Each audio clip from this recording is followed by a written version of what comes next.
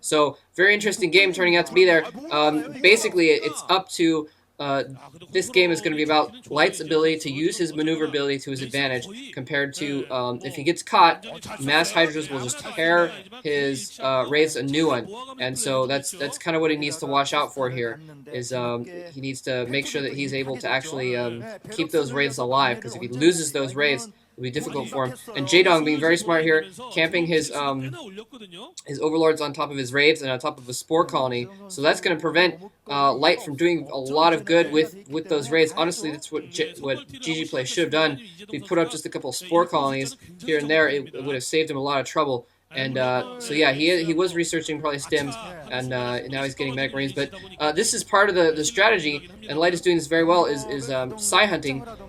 He's not able to Psi hunt the overlords that are in his base very well, because Jaedong is doing a very good job of protecting those. But he is picking off other overlords, and that's going to slow him down a bit. And if you can do some really effective Psi hunting, then that can be very key. The only thing is he does have a lot of Wraiths now. He could have, he's getting near to critical mass of Wraiths where he's going to be able to just dive in, pick off an Overlord, and dive back out again. And if he's able to execute that properly, then that is going to spell extreme trouble for Jaedong if he's able to do that. If he's able to keep his Overlord count down, that will keep his unit count down, obviously, and he won't be able to do a lot of good. So it looks like Jaedong has basically figured out the way to keep those Wraiths from doing a lot of good. So basically those Wraiths have kind of been neutralized. It doesn't look like Light is making any more Wraiths. But I think they'll probably come into play more later when Jaedong tries to move out. And here we see he's going to be able to pick off. Oh, I'm not quite able to get that last hit on the Overlord, so he doesn't quite have that critical mass after all. But when Jaedong moves out, then it's going to be a big deal, because then his Overlords will probably be more exposed. And he'll have to, those Wraiths will come into play once again. And it looks like he's diving in there with his Wraiths, but I think he might have lost one there. For some reason, the program I'm using doesn't let me listen to the sound of the game while I'm watching it to commentate on it. So usually I can hear if a Wraith explodes or something like that. Light, interestingly, getting a base in the bottom left corner. So he's probably going to try and keep that hidden. And this is actually something that Cloudart was kind of saying, that it's difficult for Zergs to scout later in the game. Well, on faraway expansions, that sort of thing, they usually don't. Of course, he was referring to island expansions, which is more so. Obviously, Zerg's hard to get to island expansions. They don't usually tech to drop very quickly. So, okay, for some reason... okay, he must have seen that Ling coming in there. So, it's funny, I was just talking about that. Jaedong is a very smart player, so he did, in fact, run down and scout that out. Often you'll see players on maps like this, they will just send a Zergling out to each corner of the map just to see what's going on and scout that position, and that's exactly what Jaedong did. And so we see actually those Wraiths coming into play again now. He's trying to pick off, yeah, again, he's just trying to do some harassment, but Jaedong has that kind of locked down against those Wraiths. He loses another Wraith there. And so yeah, Light losing his expansion in the bottom left, and kind of like I was saying, it's a difference of the fact that it was not an island expansion, so Jaedong was able to just run and run a Ling over there and do whatever he wanted there. And Light is, at least, by the way, he's using his Wraith, even though he's not doing a lot of harassment right now. It is giving him a good scout of the situation. He loses another Wraith kind of carelessly, just running through that Hydralisk fire. He's down to only a few Wraiths now, so those Wraiths are not that much of an issue at this point, although they are enough of an issue that Jaedong does have to, he has to keep his Hydralisks.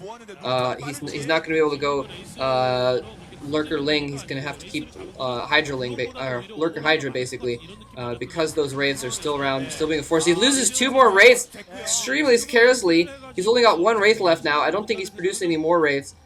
He might be, but... yeah, he's producing dropships. Wow, 3 dropships here for Light. He's going for a massive infantry drop here, and this could be extremely bad because while those Hydras are good against those Wraiths, they're not going to be very good at all against mass infantry. And Light using that Wraith to try and pick off that Overlord, keep him from getting a scout in. And Jaedong sorry, Light putting that command center kind of on the north there, more protected location. He's he's able to move around with those wraiths, but he can't move out with his infantry very well. It's just gonna and that last wraith is gonna go down to a Scourge there.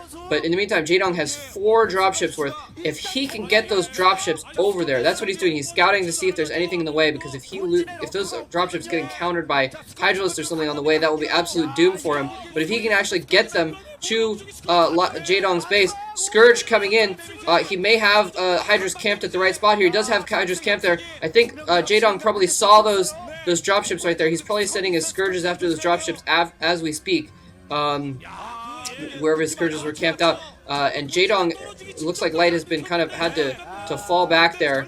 And, oh, Scourge is going in after the dropships. Light trying to drop all of his Marines out. He's just unloading everything. He's able to save his dropships brilliantly. I think it looked like one Scourge hit one of the dropships, but he was able to save those dropships. So, excellent move by Light there, responding there. That was very, very close. If he'd lost a couple of those dropships, that would have been absolutely horrible for him. But he was able to drop him out.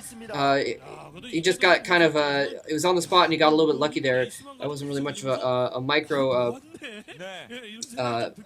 miracle on his part or something. Usually you'd see them dropping out Marines and trying to micro the Marines after the Scourges, but I guess he figured there were too many Scourges in that case. So now he's just kind of going in with that infantry on the ground. He's abandoned the dropship plan, I guess, which is too bad. That would have been kind of fun to see. He is loading up more dropships, so it looks like he's going to try and use the Faustus Zials on the ground to secure maybe a route. He's going to use those to protect those dropships as he maneuvers along. He has a lot of firebats and a lot of Marines there, so it's a pretty effective force on the ground there. If he can use that force to ferry his dropships along and get in a good drop at a good point, the only thing is that Jaedong has got to be expecting this. So he doesn't have a lot of defense at that far base, though. In the meantime, Jaedong going in with a huge drop himself. Several Overlords coming in here. All of Light's forces are out in the field, and a huge, huge drop going in there. Scourges being picked off by those Marines. They are not able to attack those dropships. Both players going in for a massive drop on each other. Both players. I have to give it to Jaedong, though, at this point. He does have a little bit of advantage, I think. He's got those lurkers in Light's base. This is extremely, extremely bad for Light, because he does not have a lot of forces in Jaedong's base, and Jaedong has a ton of forces in his base. Oh, and Light has nowhere to go. That's the main problem. Jaedong is going to be able to continue mining from the other 2 bases, but Light only has that 1 base, and he's just getting absolutely slaughtered. His forces just getting absolutely slaughtered in his base. This is, oh my gosh, Jaedong is just absolutely going crazy in his base. Jaedong has owned Light's base, and Light realizes, oh, Light was hoping that he could hold out with that last force in his base and do something there, but it's just not enough. And Jaedong, the slaughterer of Terrans, indeed slaughters one of the better Terrans playing StarCraft right now, and is going to advance to the semifinals, and that will be an excellent game to watch Jaedong participate in. Alright, I hope you guys enjoyed that. That was a great game. Thanks for listening. And Light looking absolutely devastated there. That was his chance, and he's been playing really, really well up until this setup. He totally slaughtered his grouping, so that's got to hurt a lot. Alright, anyways, yeah, catch you later.